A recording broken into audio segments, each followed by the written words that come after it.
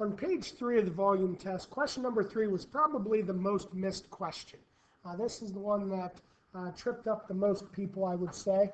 And I just think a lot of people forgot kind of what we had done when we went through and did this the last time. So let me go ahead and see if I can't refresh your memory. As I think about volumes and surface areas and scale factors, right, if two figures are similar, there are always some ratios. All right, so what are my ratios? Well, my ratios are for scale factor. And if you remember, we talked about scale factor is a power 1 variable, right? That is, if I'm measuring the length of a side, it's measured in feet to the first power. Right? I also have areas. Right? Areas are units squared, right? Surface area and those kind of things are all squared. And then I have a ratio for volume. And volume are things that are cubed. Right? Now, if I look at the ratios, the scale factor ratio, if I square the top and bottom in that ratio, it will equal the area ratio. If I take the scale factor ratio and I cube it, it will equal the volume ratio. So the ratio that they give us are two different areas. So if you remember, we just thought about this as a fraction, 45 over 125. All right, so 45 over 125. And I reduce it. And if I were to reduce this all the way down, this reduces to 9 over 25. And then to get the scale factor, I take that 9 over 25. Those are squared numbers. If I were to unsquare them, which we call square root, the square root of 9 is 3. Square root of 25 is 5. So that means the scale factor for the sides, for any length of side, is a 3 to 5 scale factor. Area ratio is 9 to 25. And then the volume would be my scale factor cubed. Everything has to be cubed. So 3 cubed is 27. And 5 cubed is 125. All right, so that's the ratio of my volumes. So now what does the problem ask for? Okay, well the problem says that we have to, the volume of the smaller figure is given. So this is the small. So the small volume. So when I think about my two volumes, right, I know my ratio has to be a 27 to 125 ratio. That is my small number over my big number. So if the small volume is 450, you have to find the big volume, put V on the bottom. And now it's just a ratio, cross multiply and divide. 27 times V is 27V. 450 times 125 is 56,250.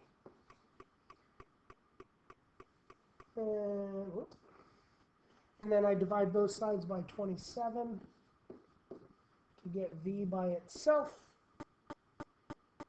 And I would end up with 2083. 2083.3. And since this is a volume, it must have the same units, that is inches cubed. Those are inches cubed. If I would have given you volumes first, you would have cube rooted them. You would have found the ratio. You would have simplified it. You would have cube rooted it to find the scale factor, then square the scale factor to find the areas. Square factor. So that takes care of question number 3. Question number 4, the only question on here that's worth 2 points, and it's because it's 4 different parts. So each part was worth a half. So you got a half for each one of them. So it says determine the figure that is formed from each cross section or the solid of revolution. So in part A, if I were to take this figure and I were to start rotating it around that line faster and faster and faster and faster and faster, it would make a 3-dimensional figure that is called a sphere. called a sphere. B, if I were to cut that cone, and it looks like that plane is parallel to the bottom of the cone, if I were to cut that plane straight through that cone, it would leave a circle as the two-dimensional figure. It would make a circle. If that plane is not parallel to the bottom, if it goes through at a weird-looking angle, it'll make an oval. Right? And that's actually what we call an ellipse. That's the mathematical, technical name for an oval. It's called an ellipse.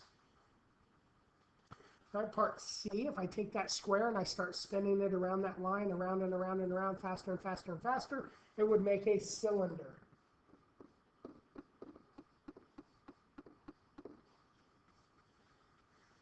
And the last one, if I were to take that cone and I'm cutting it vertically, you can imagine that point. It's going to come straight down to the bottom of that cone, and then it's going to cut straight across, and it will make a triangle. That will make a triangle. So that cross section would be a triangle. All right, jumping down to number 5. Number 5 was that population density problem. And if you remember, population density is population divided by area. Population divided by area. So it says determine the population density of Pennsylvania. If the population, top number, is 12,281,054 people, and the area is 46,055 square miles. I like to round this to the nearest whole person.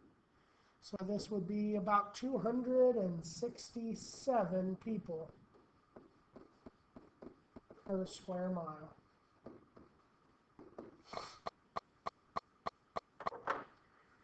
(267 people per square mile).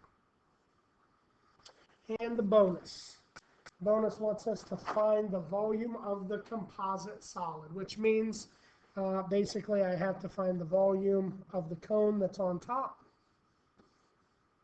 the volume of the cylinder that's on the bottom, and I just want to add those two things together. It says leave your answer in terms of pi.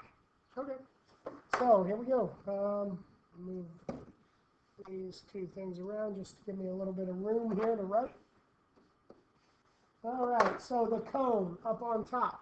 The volume of a cone is 1/3 area of the base, which we know is pi r squared, times the height. Well, it tells me the height here is 4.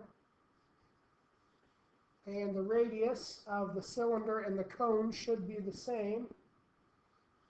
So the radius is 6. Everything's measured in inches, so I'm good there. So this volume is 1/3 pi. Radius is 6. So I'm going to go 6 squared times the height, which is 4. So that means this volume here, for the first part, 6 squared is 36 times 4 divided by 3 is 48 pi. So 48 pi. And that would be measured in inches cubed.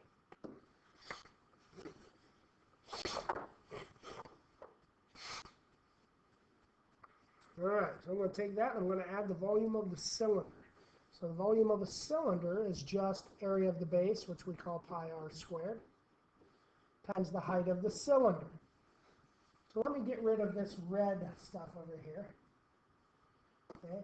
The radius is still this 6 down here, but this height is the height of the cylinder, which is that 6.